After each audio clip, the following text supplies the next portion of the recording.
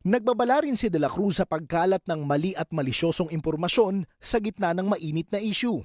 Katunayan, nagsulputan sa social media ang mga lumang material para palabasing rally ang mga ito para sa dating Pangulo. 5 post ang nakita ng ABS-CBN Research and Verification Unit na gumamit ng lumang video na walang kinalaman kay Duterte. Isa rito ang video ng Penitential Walk with Mary sa Sinulog Festival, nakuha ng GMA Integrated News noong January 17, na pinalabas na prayer rally umano para sa dating Pangulo.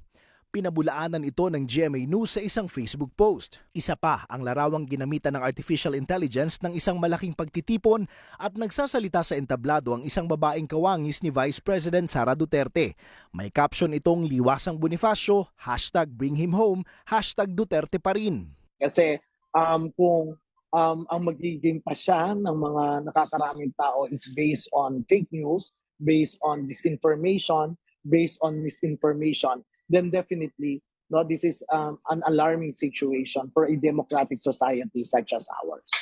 Kaugnay nito, nanawagan ng Malacanang sa publiko na maging mas mapagmatsyag sa paglipana ng mga maling impormasyon. Opo, makikipag-ugnayan po tayo, lalong-lalo na po talagang dumarami po ang fake news para po malihis ang katotohanan. Siguro sa dinami-dami po ng fake news na lumalabas ngayon, makakatulong po ang media. Lalo na po ang mainstream media. Tayo na po ang magsabi kung alam niyo po na peke ito. Kayo na po mag-fact check. May kredibilidad din po kayo. So kung ano po yung lumalabas na fake news, magtulungan po tayo para sa bayan po ito. Pinag-aaralan na rin ng palasyo ang posibleng pagsampa ng kaso laban sa mga nagpapakalat nito.